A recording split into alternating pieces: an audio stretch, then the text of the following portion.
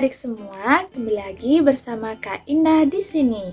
Pada hari ini, Kakak akan mengajak kalian untuk membahas isu menarik yang sering menjadi sebuah pertanyaan di kalangan kita maupun masyarakat umum.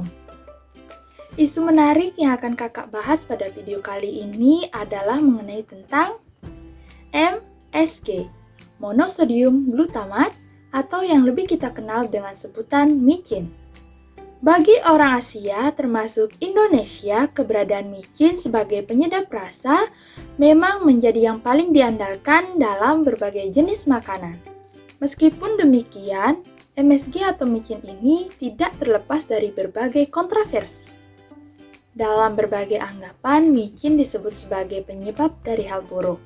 Salah satunya yang sering kita dengar adalah micin dikatakan dapat menyebabkan orang menjadi bodoh. Apakah benar orang yang mengkonsumsi micin dapat menyebabkan orang tersebut menjadi bodoh? Untuk mengetahui kebenarannya, mari kita telusuri bersama pada video ini dengan menonton video ini sampai akhir ya.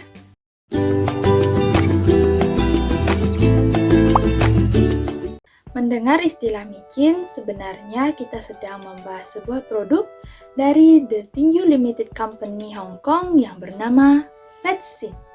Vetsin ini sangat populer dan menjadi produk yang generik untuk semua jenis produk penyedap rasa. Istilah Vetsin ini kemudian disesuaikan dengan lidah lokal menjadi micin yang merujuk pada bahan penambah rasa dengan komposisi utama MSG. Membahas mengenai MSG ini, kita harus mundur ke tahun 1907 untuk bertemu seorang ilmuwan bernama Profesor Kikunai Ikeda. Profesor Kikunai Ikeda dinobatkan sebagai penemu micin setelah beliau melakukan sebuah penelitian yang didasari dari rasa penasarannya terhadap rasa lezat campur gurih yang berasal dari kaldu ramen yang disebut dengan dashi. Setelah melakukan penelitian yang cukup lama, Profesor Kikunai Ikeda berhasil mengekstrak rasa gurih tersebut dan menyebutnya dengan rasa umami, yang artinya rasa gurih dan lezat yang datang dari senyawa bernama glutamat yang dihasilkan oleh rumput laut.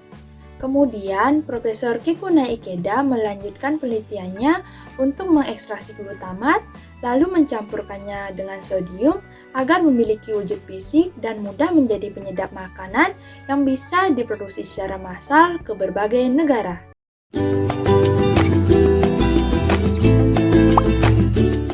Setelah MSG tersebar di berbagai negara, pemakaian penyedap rasa ini bisa ditemukan di mana saja. Bahkan dalam skala restoran di masa ini, orang-orang rela untuk mengantri berjam-jam hanya untuk makan di beberapa resto Cina terkenal yang syarat dengan penggunaan MSG.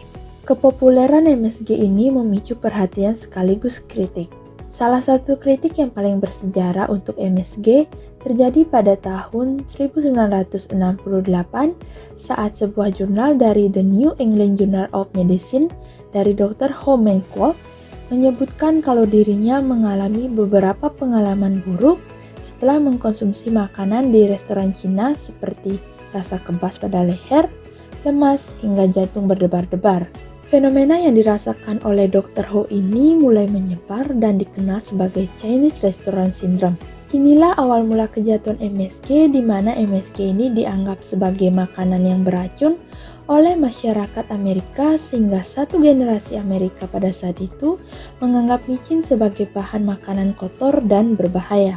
Anggapan lain mengenai bahaya MSG juga datang dari penelitian ilmuwan asal Amerika, Dr. John W. Olney yang menyuntikkan MSG pada tikus sebagai bahan percobaan. MSG pada penelitiannya terbukti menjadi penyebab atas beberapa hal buruk terhadap si tikus, mulai dari kerusakan otak, obesitas, hingga gangguan perilaku.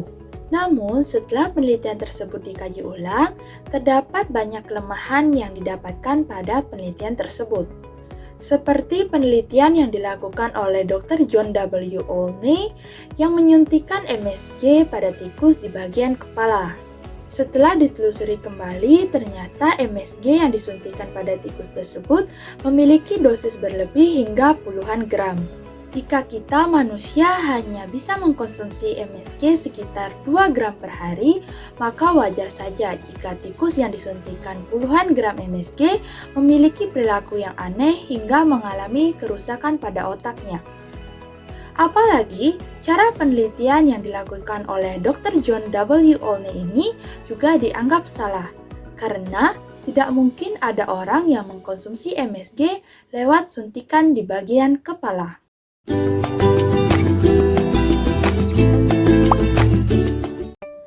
Dari penelusuran inilah sudah banyak penelitian terbaru yang menyatakan bahwa penelitian di masa lampau kurang benar dan menyatakan MSG aman untuk dikonsumsi.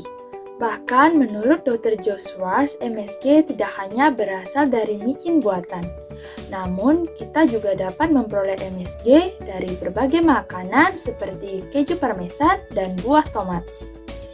Pada tubuh manusia sendiri juga memproduksi 10 gram glutamat secara bebas. Selain itu, FDA yang menjadi Badan Pengawas Obat dan Makanan juga sudah menyatakan bahwa MSG tidak berbahaya dan sudah mengeluarkan izin bahwa MSG ini aman untuk dikonsumsi. Sudah jelas ya adik-adik mengenai tentang micin yang dikatakan dapat menyebabkan orang menjadi bodoh adalah hoax. Meskipun demikian, dalam mengkonsumsi micin kita tidak boleh melebihi dari batas ketentuan yang ada ya, agar tidak berdampak buruk bagi kesehatan kita. Sekian penjelasan isu mengenai MSG ini. Semoga video ini bermanfaat. Terima kasih dan sampai jumpa pada video lainnya. Bye-bye!